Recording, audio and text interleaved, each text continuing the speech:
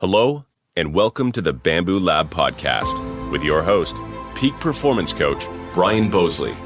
Are you stuck on the hamster wheel of life, spinning and spinning, but not really moving forward? Are you ready to jump off and soar? Are you finally ready to sculpt your life? If so, you've landed in the right place. This podcast is created and broadcast just for you. All of you strivers, thrivers, and survivors out there. If you'd like to learn more about Brian and the Bamboo Lab, feel free to reach out to explore your true peak level at www.bamboolab3.com. Welcome, everyone, to this week's episode of the Bamboo Lab podcast. As always, I'm your host, Brian Bosley. And before we get started with our amazing guest, I want to read a quick heart letter that came out. The last episode that I did, the most previous one, who are you and who do you want to become? We got a lot of really powerful feedback from the audience members. One of them was just real quickly, it said, it was very powerful podcast, man. It's exactly what I'm walking through as well. I appreciate you, sir. Thank you for that. This episode is actually dedicated to an amazing woman who we lost this week, Karen Maples. To Sandy and her family, we want to just say we love you all very much, and Godspeed to your grandmother on her journey onward. Rest in peace. All right. Today we have a really fun guest. She's a little nervous, so we have to kind of ease her into this. We have Mrs. Becky Wigg on the podcast. So Becky has been a friend of mine for, I don't know, it seems like a lifetime, 30-some years. We met in college. Her husband and I were roommates. We played rugby together, and I'm actually staying in their home. They welcome me in their home so often. And they live in Hastings, Michigan, right across the street from Algonquin Lake. We just took a little ride on her pontoon boat. Yeah, the barge. The party barge this morning. So I've been wanting to have her on the podcast for a while. Becky has been an educator for 32 years, and she currently is a middle school educator in Hastings, Michigan. And I'm so impressed by so many teachers out there and what they've gone through, especially since COVID and all the the changes we've had in our educational system lately. So I've been asking her to come on here for the last few months, and we finally got her on. So we're going to turn it over to her, and she's going to run the entire podcast on her own today. So, all right. Well, Becky, welcome to the Bamboo Lab podcast, my friend. Thank you for having me. We have had a good 3 days. I've been out here with the Wigg family since, Thursday? Yeah, I think so. Yeah, probably Yes. Thursday. Yeah, Wednesday or Thursday I got here. Actually, Wednesday I got here. Was it Wednesday? Yeah. So they welcomed me into their home. So I'm going to be leaving today for a few days, and I'll be coming back probably in a few days to spend more time with them if they'll have me. We always do. I know. All right. Let's get started with some questions here. Now, Becky's a kind of a nerd, so she got these questions, and she actually has them all written down, organized, completely unlike me. I would just wing it. Yeah, I wouldn't call it organized. Ooh, and she makes really good coffee, too. That I do. All right. So, Becky, I know a lot about you, but can you please share with the Bamboo Lab Pack who you are, where you came from, where you grew up? Just give us a little nickel version. Well, I actually was born in Illinois, and my parents moved to Michigan when I was 2 years old, and we've been in Michigan ever since. We've been a family that's been deep into education and educators. My dad was a elementary principal for several years. My brother is also an elementary principal currently within the district that I teach in. My sister-in-law is also in education. I think the only one that escaped education was my oldest brother, who's in the business sector. I have two older brothers, and I'm the youngest, and pretty much was brought up to be like the third brother. Wasn't any kind of daddy's girl or babied along the way, that's for sure. And that's pretty much about it. I mean, I had a good childhood, no childhood trauma or anything like that, just probably an ordinary kid. And I think one thing I can say was when I went to college, I was not going to be an educator. My dad, who passed away about a year and a half ago, was the one who convinced me that being an educator would probably be a really good idea since you'd have more time with family in the summers and you would be able to really get to kids. I had wanted to be a juvenile probation officer at first, and my dad had some good advice and said, you don't want to do that. You're going to try to save all of them, and you can't, so why not be an educator and save some? So that made some good sense to me. So here I am as a middle school teacher. and I've loved it. Well, tell us about your kids. My own kids? Yeah. We have 2 children. My husband, Todd, and I have 2 kids. One is 26, and he was in the Marine Corps and got out of the Marine Corps after 4 years of serving last October. And he is now working here in Hastings, where I teach. Our daughter is 23 years old. She is going to be graduating from Aquinas College in Grand Rapids. She's also going into education, considered that to be a good course for her career, even with the way education has changed over the last several years. She still decided that she wanted to do that. So we're pretty proud of her. She was a basketball player as well and played for Aquinas College for 4 years. And we're kind of sad we don't get to watch her play anymore because she's done. So, Yeah, you got great kids. You're a bit of a tomboy, wouldn't you say? yes, very much I don't look like a tomboy, but I definitely act like one. You definitely do. You fit in well with us guys, that's for sure. So, you became an educator. Your dad's kind of propagated that. But who was your inspiration growing up, or what? Maybe it was a book, a person. Probably my biggest inspiration has always been my mom. My mom has always been there for me through all the good times and all the bad times, and she has been my rock to go to. I call her whenever I'm going through anything, and she's really been my best friend. She was my mom and a great mom for years. She was a school social work technician, and she's always been objective with me about things, which I appreciate about her. And she lives about 3 miles down the road from me, and I'm very grateful for that. But I think having a mom who's that big of a role model for a kid is awesome. Talking to the microphone. Sorry. I like bossing you around. Yeah, you usually do. Your mom's a pretty cool lady. My mom is awesome. She's pretty funny. So on this Mother's Day weekend, I'm excited to celebrate her. Yeah. In fact, that's a good thing to do. Happy Mother's Day to all you mothers out there. I'm going to give a couple of extra ones, one for my mom and one for my daughter, and also one for Melissa. And to you, Becky. Happy Mother's Day. You're a fantastic Thank you. mom. Thank you, Brian. All right. So I want to ask you, in the last 2 years since COVID, what has been some of the learnings you've gotten as a school teacher? What did you guys go through? Because I think it'd be just terrifying to be a teacher today. I don't know why. The last Never do that. couple of years with COVID was, I think any educator would tell you, was not a fun experience. Having to wear masks all the time on top of face shields wasn't the way to do education, nor should education be done for most kids virtually, in my opinion.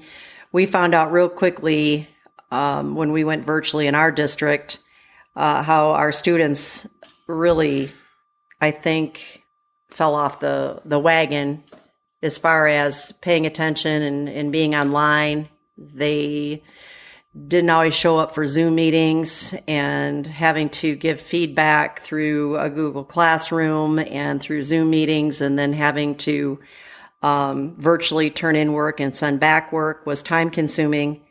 And the kids missed those face-to-face relationships with their school teacher. And really, there's a lot of relationships that develop within the classroom when kids are coming face-to-face that being virtual doesn't really promote. Yeah. Well, what have you noticed in the kids since COVID regarding their temperament, their mental health? Have you seen any changes? Yes. Actually, since COVID, at least what I've seen personally is a huge drop off in motivation. The first probably 29 years, kids were, for the most part, coming to school. Most kids were on track. Most kids were passing classes. And since COVID, we've seen a huge drop off in that motivation. We have a lot more absenteeism with our students, and just a lot more failures and acceptance of failure in classes. And I've seen far less parental involvement as well, sadly. So I'm not sure what the answer is for that. We're trying to do everything we can, at least in our district, to get kids motivated, but it's tough. I've never seen anything like it. There just seems to be an apathy when it comes to, doing quality work, and B, turning work in. And Well, what I'm would you not sure say? there's a fix. Now, I don't have any kids in school any longer other than Dawson's in college, but I have no kids at that age level. What would you say to the parents out there who have children who are in elementary, middle school, or high school? Like, what can they do to get their kids more involved, more motivated, decrease absenteeism and things like that? Well, personally, from my experience for this many years teaching, parents have to be involved in their child's educational system. They have to connect with their child's teachers, and they have to set a foundation from the beginning that getting an education is very important, and supporting what their kids are doing by showing up for activities and showing up for parent meetings and emailing with back and forth between teachers. I have seen a huge drop off in parental involvement, and it's been disappointing for me because I will make a lot of phone calls home, and oftentimes I can't get a hold of a parent, or the phone number is no longer in existence. It's very difficult to get them in to come in for a face-to-face meeting regarding their child. We do have great parents out there. I don't want to ignore that fact. It just seems like the percentage of parental involvement has decreased, especially over the last couple of years. So maybe this helicopter parenting wasn't such a bad thing. We always talk about helicopter parents. Maybe we need you back, all you helicopter parents. I can't imagine. It's a job, teaching or daycare or anything like that. When you involve a bunch of kids in a room, kids are assholes. When they're all together, man, I'm sorry. I mean, they're just, I couldn't do your job, man. I mean, and as you know, Becky was like, I don't know why you want me on the podcast. I'm like, because the podcast is ordinary people doing extraordinary things. And I think for most of us, we can agree the vast majority of the teachers are out there doing extraordinary things I could never do nor would I ever want to do. So middle schoolers are definitely a handful, but I do have a soft spot for them. They are in the middle for sure. They're between elementary and adulthood. So they struggle. They struggle with hormones and emotions and mental health, but they are quirky and funny, and I have loved most of them along the way, but it doesn't come without its challenges, that's for sure. And sometimes the challenge is just getting through your lesson without an interruption for a bathroom break, a pencil, going to your locker, having to go to the office, needing to call home.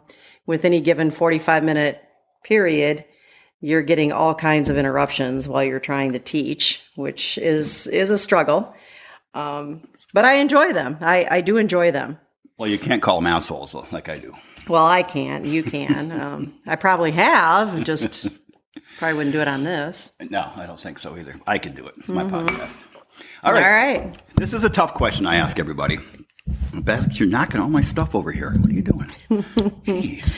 Sorry. You don't have to answer mess. this question, but the question I'll ask is, what's the most difficult thing you have gone through in your life? Because, when we think of teachers, and I remember as a kid, now that I've gotten to know so many teachers and I've gotten to, be able to consult and coach some academies around the country and working with principals and superintendents and teachers, it's like, you're just ordinary people.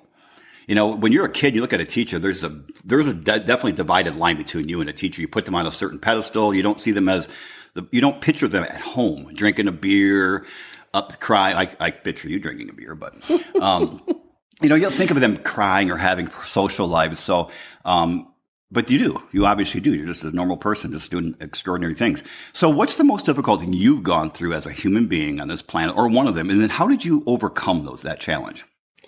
I'm just going to talk about one. I've had a few difficult periods, and I think anybody at our age has definitely gone through several difficult experiences in their lives. And I'm a firm believer that our hard experiences are what grow us and help us to help others and have compassion for other people and be a little bit less judgmental because of the circumstances we find ourselves in.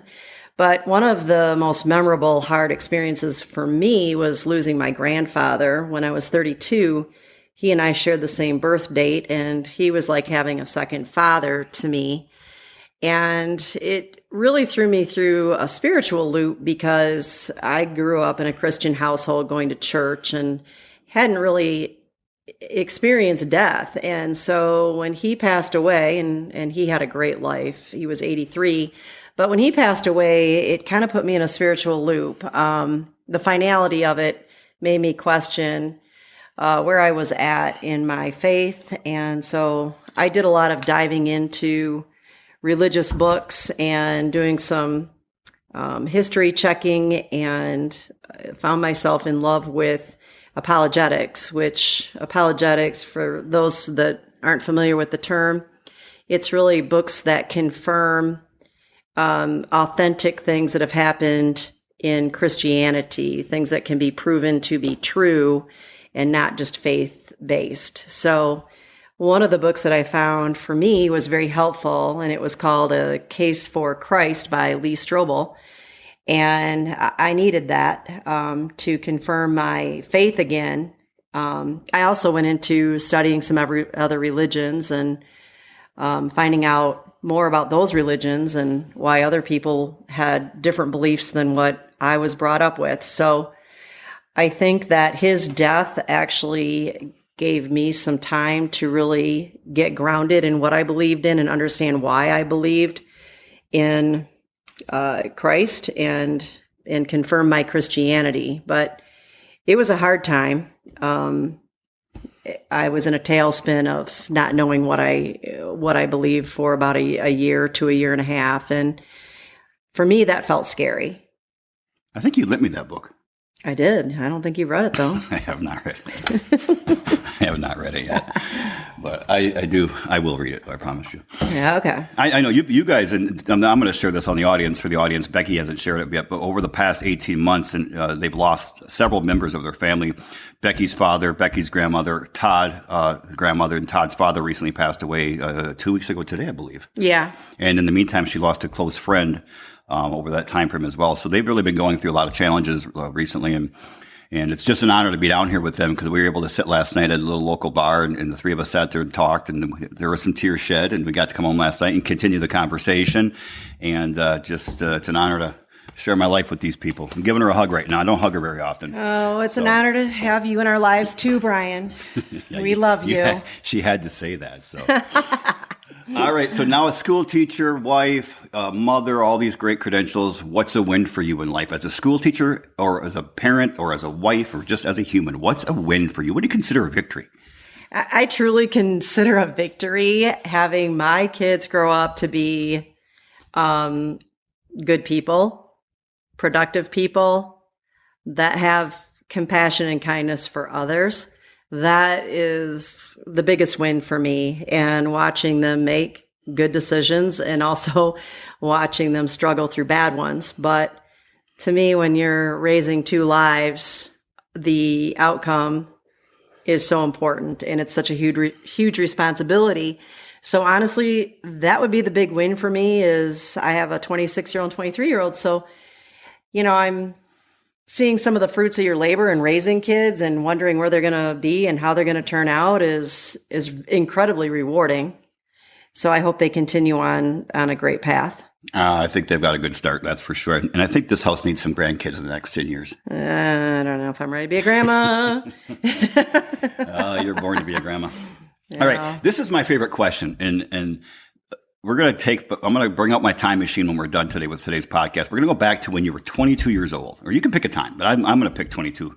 And you can, if you don't like this, and you got out of college, you had met Todd, you were deciding what to go, your education or probation, or what was it? Juvenile delinquency. That would have been a good one for us. We could have used your services back in the day. So Becky doesn't even remember me in college, and I remember her. Yes, I do. You do not. I do too. You remember me as the rugby player who had a daughter. That's how you remembered me. Okay, but I remembered you. Well, I felt bad for you to be that young with a kid. You hear that one, Ashley? Ashley's my daughter, by the way, for the Bamboo Pack. So she's now 36 years old and married to an amazing man, Chris, and has a little boy who has my whole heart in his hands. Little Jack Musselman, who is in 22 months. You talk about good parenting. You've raised two amazing kids, so. Yeah, they're not bad. Thank you. Your kids are awesome. They're not bad. Okay, we're going to go back to that time frame. you're going to sit down with your 22-year-old self and you're going to give yourself some life direction, some advice, some recipes for success, what would you tell that young little Becky Heidi? That young Becky Heidi would be told, quit worrying about what everybody else thinks. That would probably be my biggest statement. My younger years, I was filled with a lot of insecurity, and I was a people pleaser, and I felt like if I can just be the best person to everybody, then everybody will like me. And along the way, I found out that's just simply not true. And you cannot be somebody that is responsible for an entire relationship. Relationships are two-way streets. And so to my younger self, I would say it's okay if people don't like you, and it doesn't matter what anyone thinks. You have to be the best version of yourself and make your own choices in life, and hopefully they're good choices. But to be consumed with what everyone else is thinking is not going to build anyone's confidence. So I teach a leadership class at school, and we talk about that quite a bit. And really, it's about defining yourself and living by your own boundaries for yourself and not somebody else's standards for you, and not comparing yourself to anybody else either. Your life is yours. So you compare yourself to where you've been, to where you are, and where you want to go. And that's what we discuss a lot in my classroom with my students. And I've taken that lesson to heart as well. So I really just kind of focus on the things I want to get better at in my own life and not worry about everybody else. And I guess that's my best advice is be confident in who you are, know your own boundaries, and don't worry so much about what other people think. It's not their lives to live. I don't even have to recap that. You just recapped it perfectly. Thanks. But she's a bit of a people pleaser still. So she makes me breakfast every time I'm here. She always gets my coffee for me, offers to do my laundry. Yeah, but if you make me mad, I spit in it. Well, you just didn't know that. I wish you would have told me that before I took my last drink. Just kidding.